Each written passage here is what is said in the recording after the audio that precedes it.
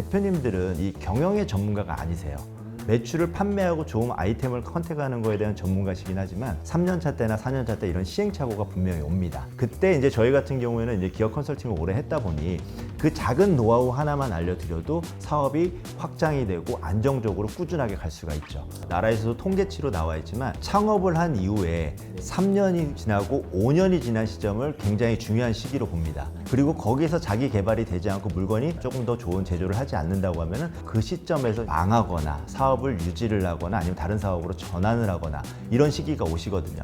항상 그때 뭔가 이제 이슈가 필요한 시점이 옵니다. 대표님들 같은 경우에는 나는 이 물건을 팔기 위한 활동만 하십니다. 이 매출을 올리기 위해서 제품의 품질을 향상시키는 작업, 이 작업을 하는 것 자체가 기술 노하우가 이제 들어가는 거거든요. 우리가 매출 규모는 많지만 마진율 자체가 적다 보니까는 매출의 30%를 다 잡아주진 않습니다. 대부분 이제 10에서 20% 선을 잡아주고 그게 한도가 나오는 건데 혁신 기업이 들어간다고 한다고 하면은 한도 자체가 늘어난다고 보시면 돼요. 꾸밈 없이 툭 까놓고 얘기하는 솔직담백 토크쇼 범대표 라디오. 대표님이 말씀하시는 그 리노베이션 기업 전환 컨설팅 정확히 어떤 걸 의미하는 그 건가요? 리노베이션 컨설팅 같은 경우에는 우리가 창업을 하게 되면은 그냥 일반 기업으로 창업을 한다고 보시면 됩니다. 근데 나라에서 원하는 거는 혁신 기업을 원하거든요. 그러면 그 일반 기업을 혁신 기업으로 전환시켜주는 작업을 리노베이션 컨설팅이라고 합니다. 그러면 일반 기업의 기준이 도소매업, 서비스업 이런 건데 뭐 기술 기업으로 바꾼다는 의미인가요? 제조업 기준으로 좀 말씀을 드리면은 일반 생산을 하는 제조업이 주로 많이 있습니다. 혁신 기업이라는 거는 일반 생산에서 벗어나서 기술 기반 생산을 하는 그런 제조업이라고 보시면 돼요. 그러니까 우리가 이제 업종 같은 경우에도 일반 도소매를 한다고 하더라도 그거를 전자상거래를 통해서 이제 웹상에서 판매를 하는 것 자체도 우리가 이제 혁신 기업으로 전환을 한다고 보실 수가 있거든요. 네. 그런 형태로 변산적으로 변화가 되는 부분이 그 혁신 기업으로 전환한다고 보시면 좋을 것 같습니다. 기업들 대상으로 도움이 되나요? 기업들한테 엄청나게 도움이 되죠. 왜냐하면 이제 창업을 하시게 되면은 대표님들 같은 경우에는 물건을 파는 기준으로 봤을 때 나는 이 물건을 팔기 위한 활동만 하십니다. 매출을 올리는 작업만 하고 계시죠. 근데 이 매출을 올리기 위해서 제품의 품질을 향상시키는 작업, 이 작업을 하는 것 자체가 우리가 기술 노하우가 이제 들어가는 거거든요. 그렇게 되셨을 때는 우리가 이제 혁신 기업으로 전환을 하실 수밖에 없는 상황이 된다고 보시면 됩니다. 요즘에는 커머스 쇼핑몰 하시는 분 많잖아요. 네, 많죠. 뭐 제조 말고 위탁 판매, 자체 브랜드에서 OEM까지만 생각을 한다 하면 뭐 이런 분들도 혁신 기업으로도 가능한 거예요. 가능하죠. 처음에 이제 유통업을 하시는 대표님들 같은 경우에는 물건이 만들어 있는 제품을 가지고 와서 단순 판매 유통만 하십니다. 근데 사업이 확장되면 할수록 대표님들은 공통된 목적과 공통된 생각을 하고 계세요. 내 브랜드를 가지고 싶어 하시거든요. 그래서 이제 제조를 생각하시는데 아직은 제조에 할 수 있는 그런 여건이 안 되다 보니까는 물건을 가지고 와서 내 브랜드가 들어가 있는 박스 안에다 재포장을 해서 판매하는 것 자체도 간접 제조에 포함이 되다 보니까는 혁신 기업으로 전환이 가능한 부분이 있습니다. 좀 차이점을 설명해 주실 수 있어요? 차이점이 많죠. 우리가 자금적인 부분으로 좀 예를 들어서 말씀을 드리면은 도소매 유통 같은 경우에는 우리가 이제 정책 자금을 활용한다고 가정을 했을 때 우리가 매출의 30%가 한도라고 생각하시면 좋으실 것 같아요. 근데 도소매 같은 경우에는 우리가 매출 규모는 많지만 마진율 자체가 적다 보니까는 매출의 30%를 다 잡아주진 않습니다.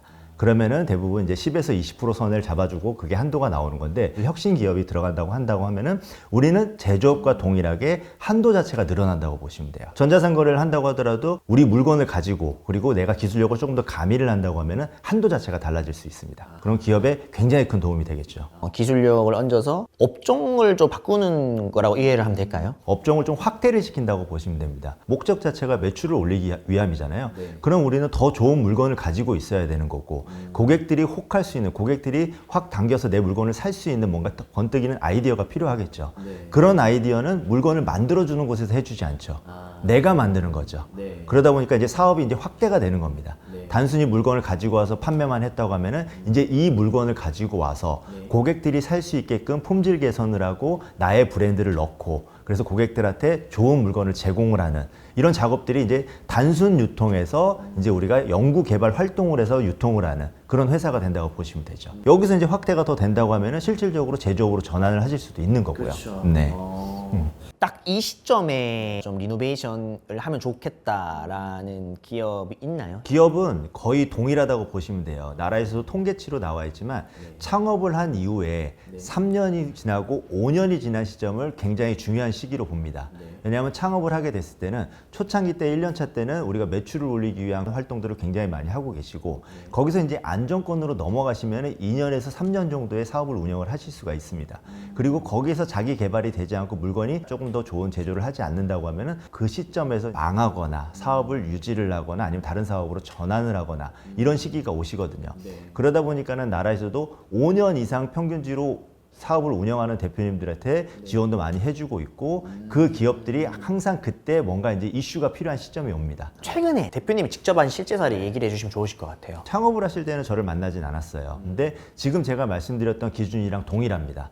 창업을 시작을 하셔가지고 아이템 개발하시고 물건을 팔고 계시다가 2년차 돼서 이제 노하우를 이제 알게 되신 거예요. 그래서 좋은 물건을 컨택해서 3년차 때 물건이 빵 터졌습니다. 그렇게 되니까 대표님이 갑자기 직원도 필요하게 되고 자금 유동성도 필요하게 되고 또 물건을 가지고 와서 보관할 창고도 필요하게 되고 그러다 보니까 대표님이 혼자서 하실 수 없게 되신 거예요. 그래서 이제 저희한테 이제 연락이 오신 거죠. 지금 솔직히 감당이 안 된다. 연말 지나고 신고를 했을 때 세금이 너무 과하게 나와서 너무 힘들다.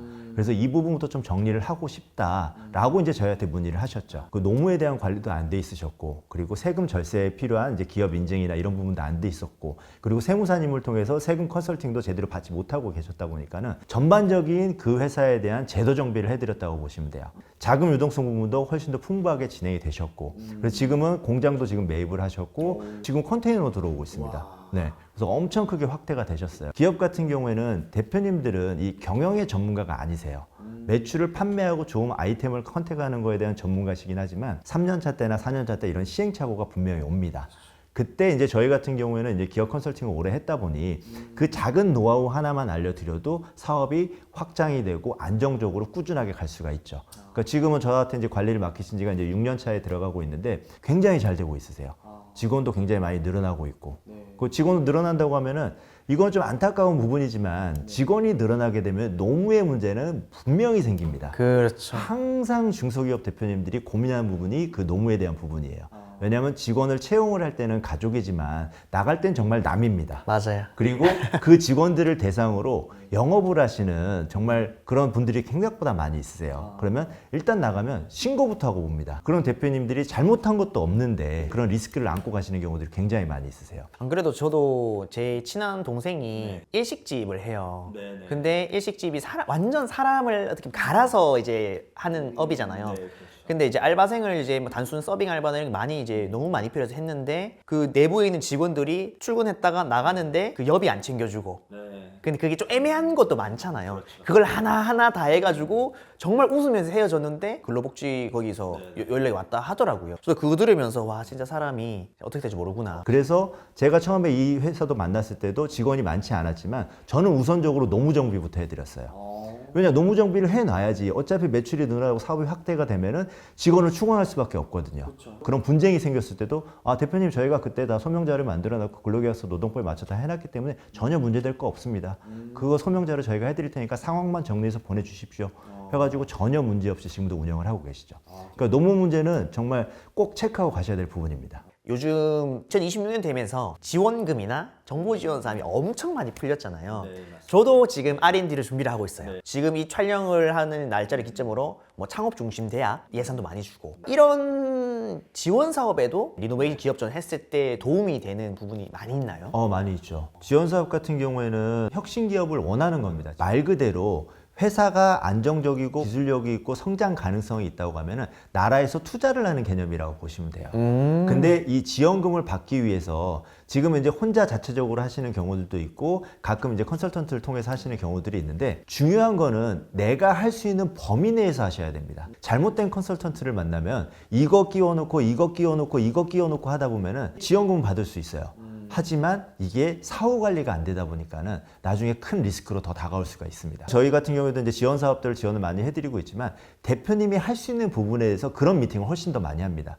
저희가 기술을 제안을 하는 것보다는 대표님이 지금 가지고 있는 아이템을 가지고 어디까지 확장 가능성을 가지고 계시는지 그리고 대표님이 여기에 어떤 기술력을 가미를 하실 수 있는지 그 부분을 먼저 체크를 하고 지원 사업에 지원을 도움을 드리고 있죠. 그게 아니라 저희가 제안을 해드리면은 대표님이 할 수 있는 부분이 아니다 보니까 보니까는 나중에 분명히 문제가 생깁니다. 이제 신규 창업을 하신 대표님들 같은 경우에도 대표님은 한 기업, 내 기업만 보고 계시잖아요. 근데 저희 같은 경우에 여러 기업을 컨설팅을 하다 보니까는 컨설팅 케이스가 너무 많이 있습니다. 거기에서 우리 회사에 맞는 것들을 적용을 시켜드리다 보니까는 대표님이 모르고 계셨던 부분의 사업 확장성 부분도 저희가 제안을 해드릴 수가 있고 그걸 가지고 또 대표님이 다른 걸 또 만들어내시기도 하시죠. 근데 좀 많은 분들이 이걸 궁금할 것 같아요. 사례는 못 얘기하시니까. 그래서 얼마 받았냐? 신규 창업하는 기업들 같은 경우에는 이제 지원금 형태가 굉장히 많이 있어요. 실질적으로 3년 이내 창업 기업 같은 경우에는 바우처 사업도 거의 5천에서 1억 정도 수준이라고 보시면 됩니다. 그리고 이제 거기서 정말 우리가 특화된 기술력을 갖고 있다. 그러면 그때부터 5억에서 10억 정도의 선에 자금 지원을 해보실 수가 있으세요. 5억에서 10억도 있어요. 그럼요. 10억도 있고 그 자금의 한도는 정해져 있지는 않습니다. 뭐 예를 들어서 우리가 이제 컨텐츠 진흥원에서 하는 이제 컨텐츠 개발 이제 바우처 같은 경우에는 우리가 그 영화를 제작하거나 컨텐츠를 제작하는 제작비 같은 경우에는 제작비 뭐 100억 들어갔다, 200억 들어갔다 이런 얘기 들으시잖아요. 그것도 바우처로 또 쓰실 수가 있으세요. 그러다 보니까 한도 자체는 정해져 있지 않습니다.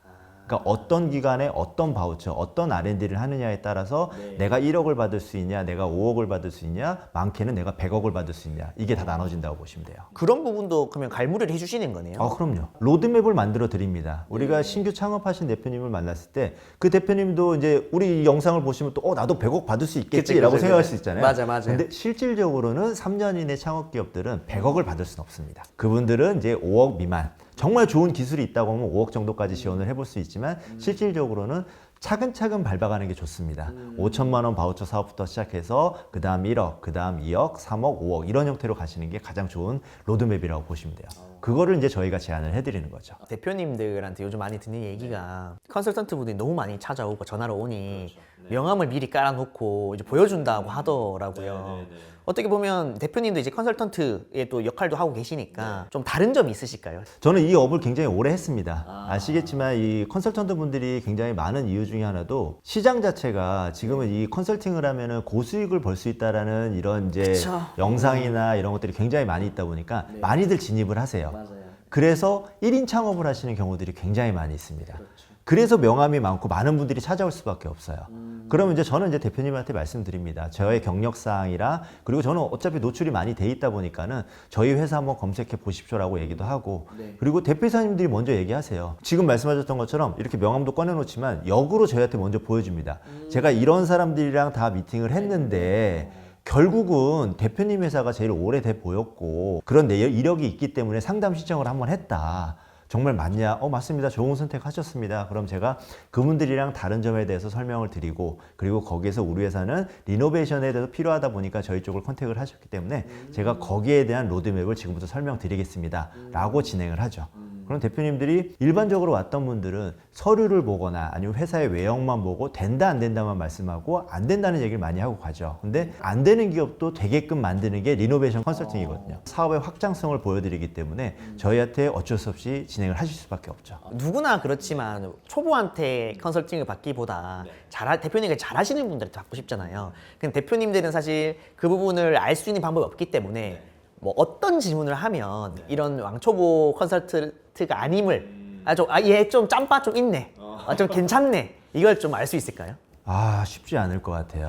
네, 왜냐하면 지금 이제 컨설턴트 분들도 예전하고 다르게 옛날엔 정말 영업력으로 접근하신 분들이 많이 있었어요. 근데 지금은 그래도 사주 교육이든 구주 교육이든 어디서든 교육을 받고 옵니다. 네. 그러니까 저도 이제 컨설턴트 양성 교육을 하고 있지만 저희 쪽에 교육받고 가신 분들도 정말 많은 교육 공부를 하고 가시기 때문에 웬만하면 대표님들한테 좋은 정보를 드리세요. 근데 대표님들이 어떤 질문을 던져서 그분이 정말 잘하는 사람이냐 못하는 사람이냐 찾는 거는 정말 어렵습니다.